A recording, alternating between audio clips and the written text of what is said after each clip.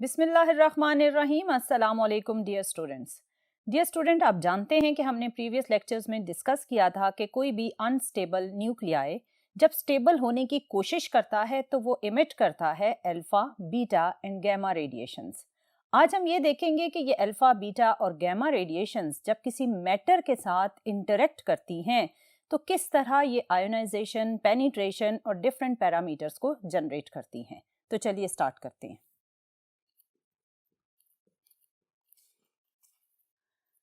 Dear student, आज का हमारा टॉपिक है interaction of radiations with matter. Dear students, आप जानते हैं कि हमारे पास हैं तीन different types of radiations, alpha, beta and gamma. ये तीन डिफरेंट टाइप्स ऑफ रेडिएशंस जब किसी मैटर में किसी सॉलिड, लिक्विड या गैस में एंटर होती हैं तो ये किस तरह ionisation, penetration, fluorescence and multiple different phenomenas को जनरेट करती हैं, आज हम ये डिटेल में स्टडी करेंगे। इनका किसी भी मीडियम के साथ इंटरेक्शन डिपेंड करता है कि इन पार्टिकल्स या इन रेडिएशंस का चार्ज क्या है, मैस क्या है और एनर्जी क्या है। सेकंड ये कि जिस मीडियम में ये रेडिएशंस एंटर हो रही हैं उस मीडियम की डेंसिटी क्या है और उस मीडियम के एटम्स का आयोनाइजेशन पोटेंशियल क्या है।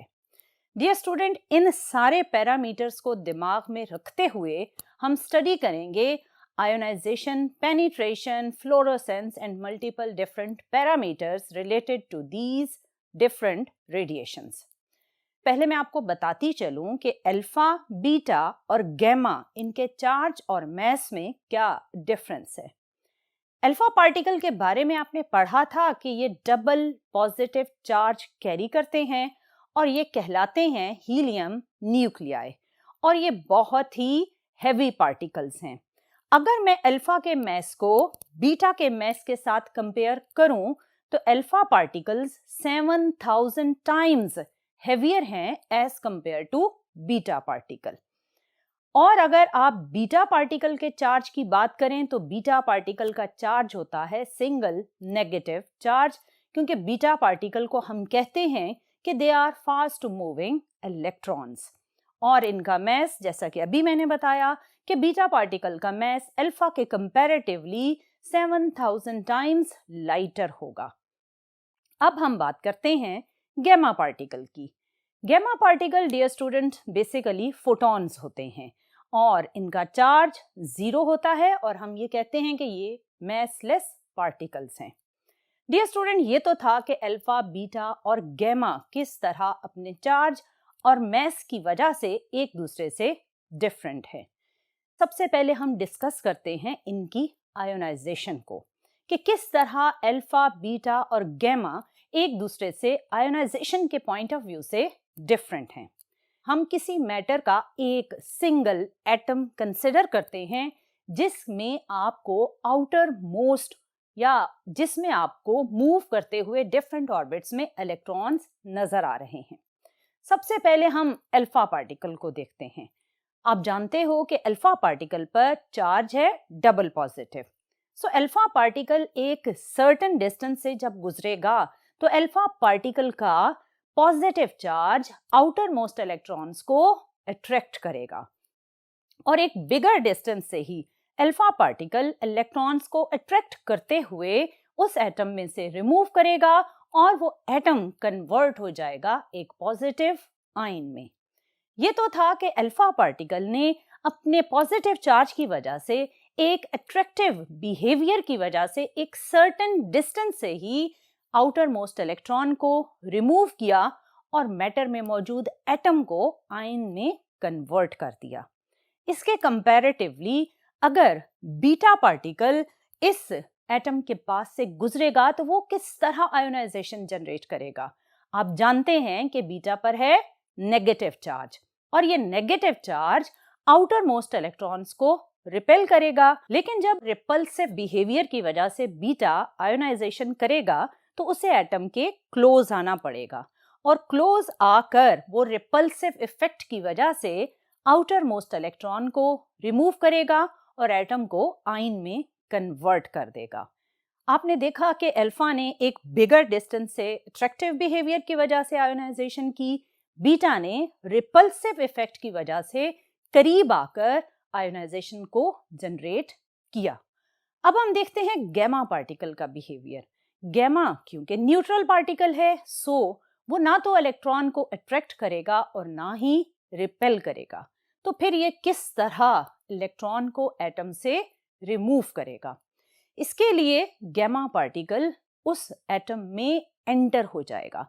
जैसे ही गैमा पार्टिकल उस एटम में एंटर हुआ तो वो किसी ना किसी इलेक्ट्रॉन को हिट करते हुए अपनी एनर्जी इलेक्ट्रॉन में ट्रांसफर करेगा और इलेक्ट्रॉन को एटम से रिमूव करके एटम को आयंस में कन्वर्ट कर देगा। डियर स्टूडेंट, आपने देखा कि अल्फा ने और बीटा ने और गैमा ने किस तरह अपने चार्ज की वजह से जो डिफरेंसेस थे, उस डिफरेंस की वजह से किस तरह आयोनाइजेशन में भी एक डिफरेंट पैटर्न जनरेट किया। डियर स्टूडेंट, ये सब किस वजह से हुआ? उसकी रीजन है चार्ज ऑन दीज पार्टिकल्स। अब अगर हम इन तीनों पार्टिकल्स को किसी मैटर में कलेक्टिवली एंटर करें तो इनकी आयोनाइजेशन और पेनिट्रेशन में क्या फर्क होगा, उसके लिए आप ये चीज ऑब्जर्व करें। आप देख रहे हैं कि अल्फा पार्टिकल आयोनाइजेशन करने के बाद एक थोड़े से ही डिस्टेंस को कवर करने के बाद रुक गया है और न्यूट्रल हो गया है, जबकि बीटा पार्टिकल कंपैरेटिवली एक बिगर डिस्टेंस कवर करने के बाद न्यूट्रल हुआ और गैमा पार्टिकल एक और बिगर डिस्टेंस कवर करने के बाद न्यूट्रल हुआ। डियर स्टूडेंट, आपने देखा कि जब अल्फा, बीटा और गैमा पार्टिकल इस मैटर में एंटर हुए तो इनकी आयोनाइजेशन और पेनिट्रेशन किस तरह एक दूसरे से डिफरेंट है। अल्फा पार्टिकल ने सबसे पहले मैक्सिमम आयोनाइजेशन करते हुए अपनी एनर्जी को जीरो किया और रेस्ट पर आ गया, जबकि बीटा पार्टिकल बहुत रेयर आयोनाइजेशन करने के बाद और एक बिगर डिस्टेंस कवर करने के बाद रेस्ट पर आया है।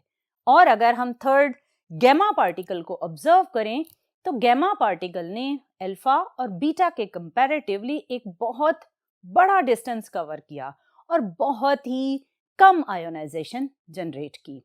ये एक्टिविटी हमें ये बता रही है कि अल्फा की आयोनाइजेशन मैक्सिमम है, उससे कम आयोनाइजेशन है बीटा की और सबसे कम आयोनाइजेशन है गैमा की।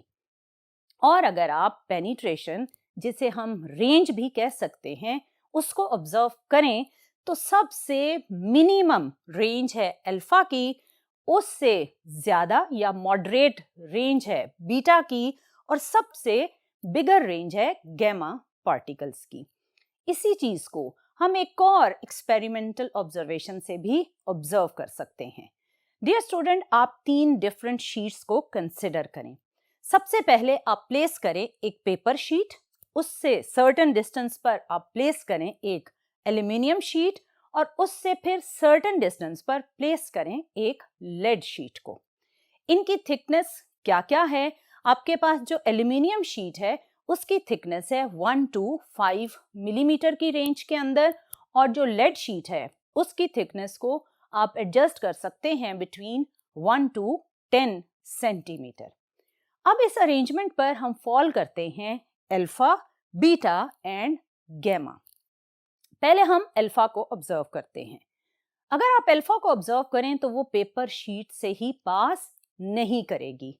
इसका मतलब ये है कि अल्फा पार्टिकल पेपर शीट की जो थिकनेस है उसी के अंदर मैक्सिमम आयोनाइजेशन करने के बाद अपनी एनर्जी जीरो कर लेगा और वो फर्दर पेनिट्रेट नहीं करेगा। लेकिन बीटा पार्टिकल पेपर शीट को क्रॉस करने के बाद एल्यूमिनियम शीट को अप्रोच कर रहा है और एल्यूमिनियम शीट को वो फर्दर क्रॉस नहीं करेगा। इसका मतलब कि बीटा पार्टिकल ज्यादा नहीं बल्कि कम आयोनाइजेशन करके ज्यादा एनर्जी कैरी करके ज्यादा रेंज को जनरेट कर सकता है, जबकि गैमा पार्टिकल को अगर आप ऑब्जर्व करें तो वो पेपर शीट को भी क्रॉस करेगा, एल्यूमिनियम शीट को भी क्रॉस करता हुआ लेड शीट तक पेनिट्रेट कर जाएगा। लेड शीट की भी अगर आप कम थिकनेस यूज करेंगे तो वो उसे क्रॉस कर जाएगा। एक सर्टेन थिकनेस पर गैमा पार्टिकल लेड शीट को भी क्रॉस नहीं करता। डियर स्टूडेंट, ये तीन पार्टिकल डिफरेंट पेनिट्रेशंस क्यों जनरेट करते हैं, उसकी रीजन है इनका मैस। अल्फा पार्टिकल क्योंकि बहुत ज्यादा हेवियर पार्टिकल है, सो वो बहुत स्लो चलेगा। उसकी स्पीड इन दोनों पार्टिकल्स के कंपैरेटिवली कम होगी। अल्फा पार्टिकल हैवी होने की वजह से और डबल पॉजिटिव चार्ज कैरी करने की वजह से इंटेंस आयोनाइजेशन करेगा, लेकिन एक छोटे डिस्टेंस के अंदर। Beta particle negative charge carry करता है और लाइटर है अल्फा के कंपैरेटिवली और तेज चलता है। सो बीटा पार्टिकल अल्फा के कंपैरेटिवली 100% लेस आयोनाइजेशन करेगा, लेकिन ज्यादा पेनिट्रेट करेगा।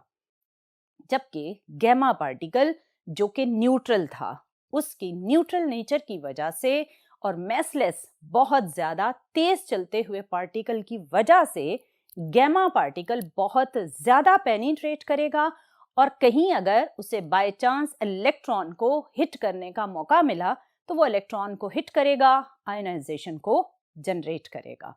डियर स्टूडेंट, अगर हम स्पीड का कंपैरिजन करें तो अल्फा पार्टिकल की स्पीड है 10 to power 7 metre per second, जबकि बीटा पार्टिकल की स्पीड है 1 into 10 to power 8 metre per second और गैमा पार्टिकल की स्पीड है स्पीड ऑफ लाइट के equal, which is 3 into 10 to power 8 metre per second. Dear student, ये तो था इनकी स्पीड का डिफरेंस। गैमा पार्टिकल एक ऐसा पार्टिकल है क्योंकि वो एक हाई एनर्जी रेंज में एग्जिस्ट करता है, तो वो जब मैटर के साथ इंटरेक्ट करता है और एटम में एंटर होकर इलेक्ट्रॉन्स को हिट करता है तो उसका बिहेवियर तीन तरह से ऑब्जर्व किया जा सकता है depending on the energy of gamma ray photon.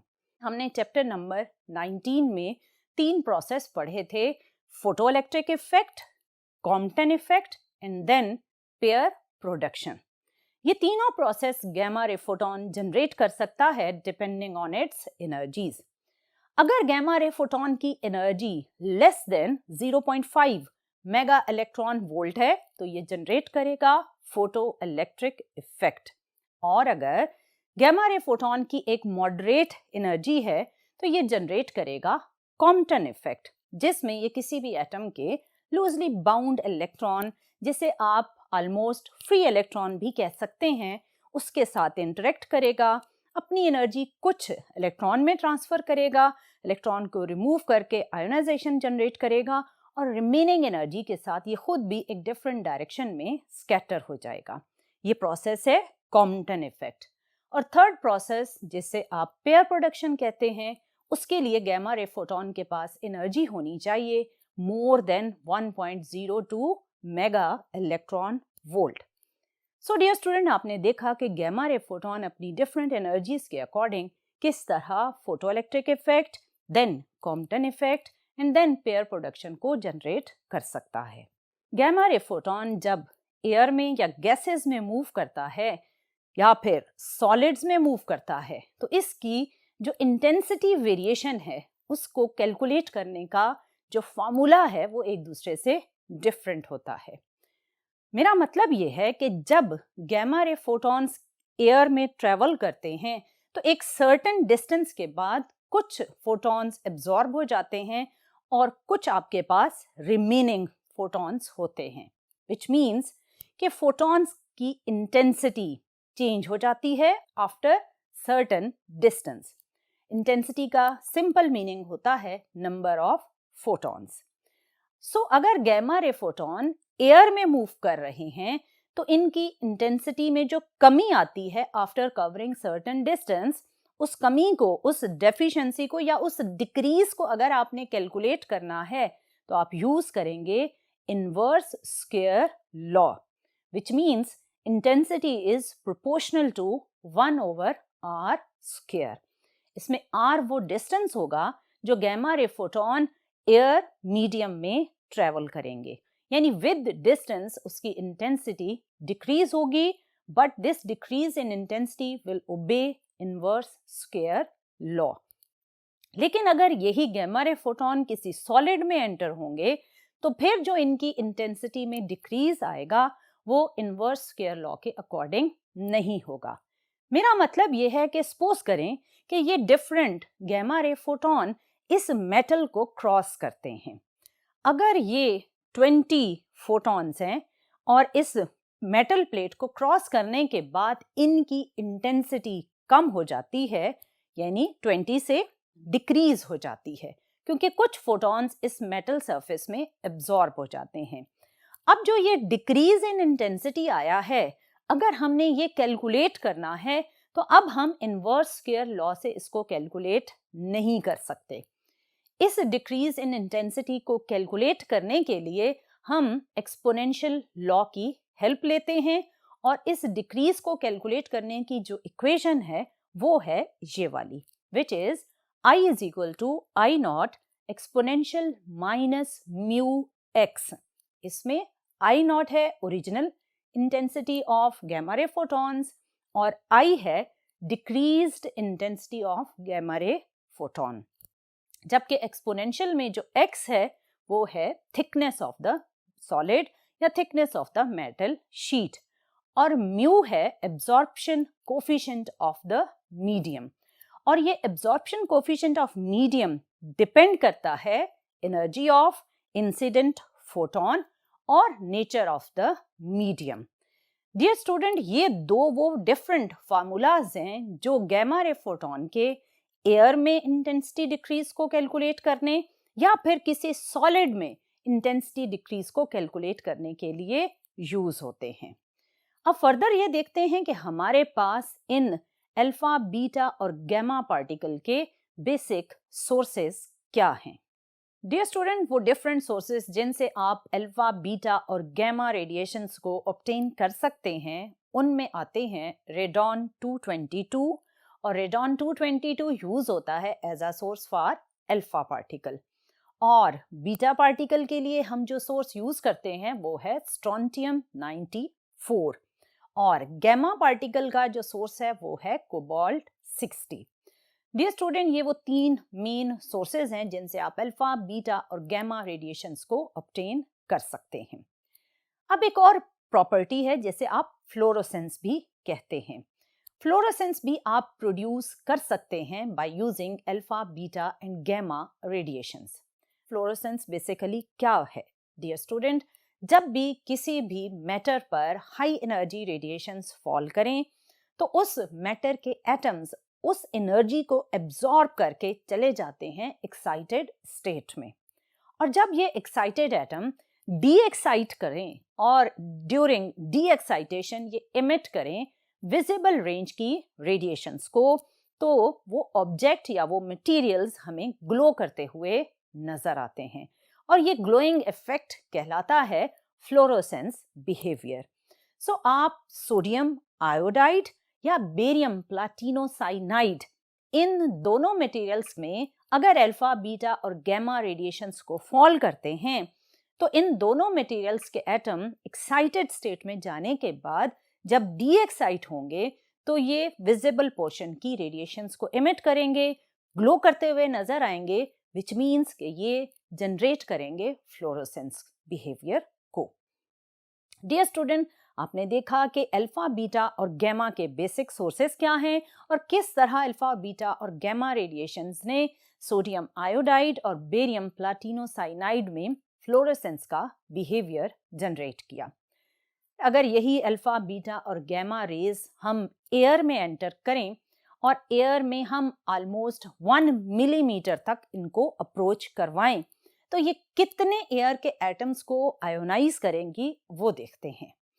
Alpha particle अगर 1 मिलीमीटर ऑफ एयर तक मूव करता है तो ये 10⁴ एटम्स को आयोनाइज करेगा, जबकि beta particle within 1 millimetre of air 10⁻² atoms को आयोनाइज करेगा और gamma particle within 1 millimetre of air just 1 atom को आयोनाइज करेगा।